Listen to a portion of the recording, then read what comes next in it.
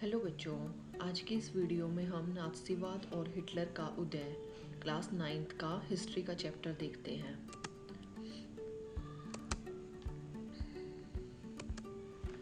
Weimar गणराज्य की स्थापना। जर्मनी ने ऑस्ट्रेलियाई समाज के साथ और मित्र राष्ट्रों के खिलाफ मिलकर प्रथम विश्व युद्ध लड़ा। 1914 से 1918 तक जर्मनी ने शुरू में फ्रांस और बेल्जियम पर कब्जा किया, लेकिन मित्र राष्ट्रों ने 1918 में जर्मनी और केंद्रीय शक्तियों को हरा दिया।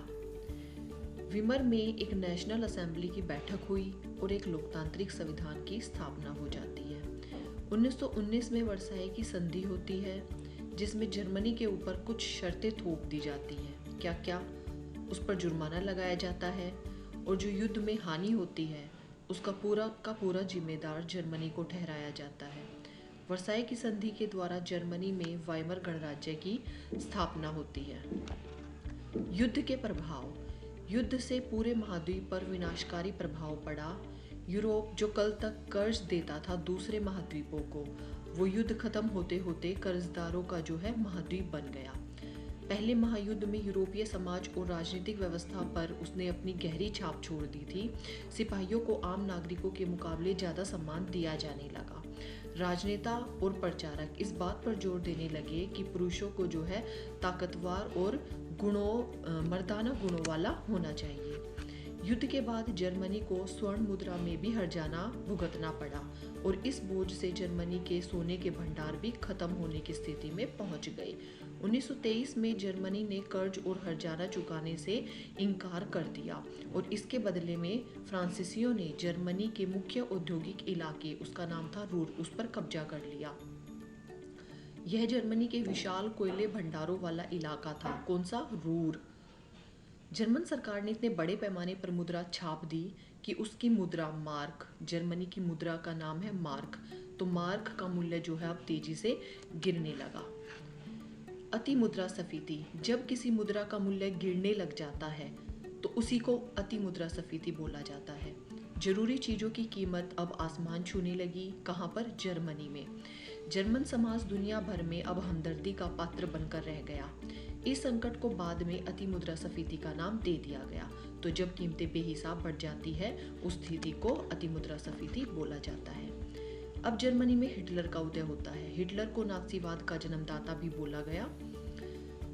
वर्साई की संधि की जो शर्तें हुई उसके तहत जो है अब हिटलर का उदय होता है। बेरोजगारी, आर्थिक महामंदी, अमूल परिवर्तनवादी और समाजवादियों में आपसी घृणा को देखते हुए भी हिटलर आता है।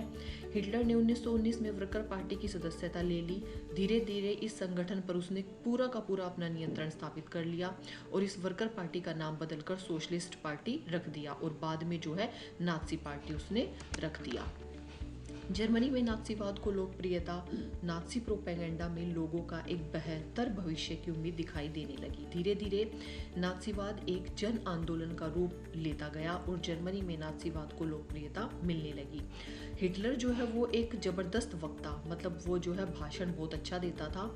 उसका जोश उसके शब्दों और लोगों को हिला देता था। वह अपने भाषणों में एक शक्तिशाली राष्ट्र की स्थापना का सपना दिखाता था। वर्साई संधि में हुई नाइंसाफी से और जर्मनी समाज को खोई हुई प्रतिष्ठा वापस दिलाने का वो आश्वासन देता था।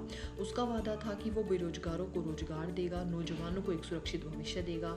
उसने आश्वासन दिया कि वह देश को विदेशी प्रभाव से भी मुक्त करा देगा और सभी को जो है मुंह तोड़ जवाब देगा। लोकतंत्र का अंत कैसे होता है जर्मनी में? 1933 में राष्ट्रपति हिंडरबर्ग ने क्या किया? हिटलर को जो है वहाँ का चांसलर बना दिया। यह मंत्रिमंडल में सबसे शक्तिशाली पद होता था। कौन सा? चांसलर का। सत्ता हासिल करने के बाद हिटलर ने लोकतांत्रिक शासन की संरचना को खत्म कर दिया। हिटलर ने अपने कट्टर शत्रु कम्युनिस्टों पर अब निशाना लगाया और रातों रात जो है उनको कंस्ट्रक्शन कैंपों में बंद कर दिया। प्रसिद्ध विशेष अधिकार अधिनियम, इसको एनेबलिंग एक्ट बोलते हैं, ये लगाया गया और इसमें क्या होता था? इसके जरिए जर्मनी में बाकायदा तानाशाही स्थापित कर दी गई। नात्सी पार्टी और उससे जुड़े संगठनों के अलावा सभी राजनीतिक पार्टियां अब खत्म कर दी गई। उन पर पाबंदियां लगा दी गई। किसी को भी बिना कार्रवाई के देश से निकाला जा सकता था और उसको गिरफ्तार किया जा सकता था।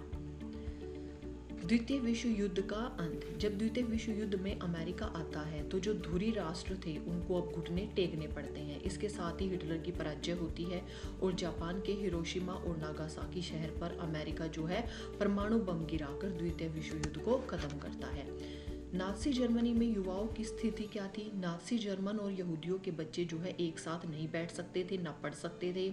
जिप्सी शारीरिक रूप से अक्षम यहूदियों को स्कूलों से निकाल दिया जाता था।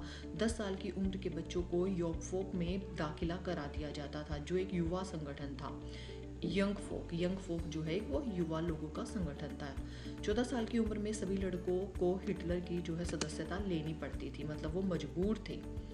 महिलाओं की क्या स्थिति थी? हिटलर ने कहा मेरे राज्य के सबसे महत्वपूर्ण नागरिक जो है वो माँ है, लेकिन अन्य वंचित बच्चों को जन्म देने वाली माताओं को वो दंडित भी करता था। आचार संहिता का उल्लंघन करने पर उन्हें मुंह पर कालिक पोतकर पूरे समाज में जो है घुमाता था। न केवल जेल बल्कि उनसे तमाम नागरिक सम्मान और उनके परिवार जो है उनसे छीन लिए जाते थे। ऐसी ही और वीडियो देखने के लिए चैनल से जुड़े रहिए। उम्मीद है आपको ये चैप्टर अच्छे से समझ आया होगा। चैनल को लाइक, शेयर एंड सब्सक्राइब जरूर करें। Thank you.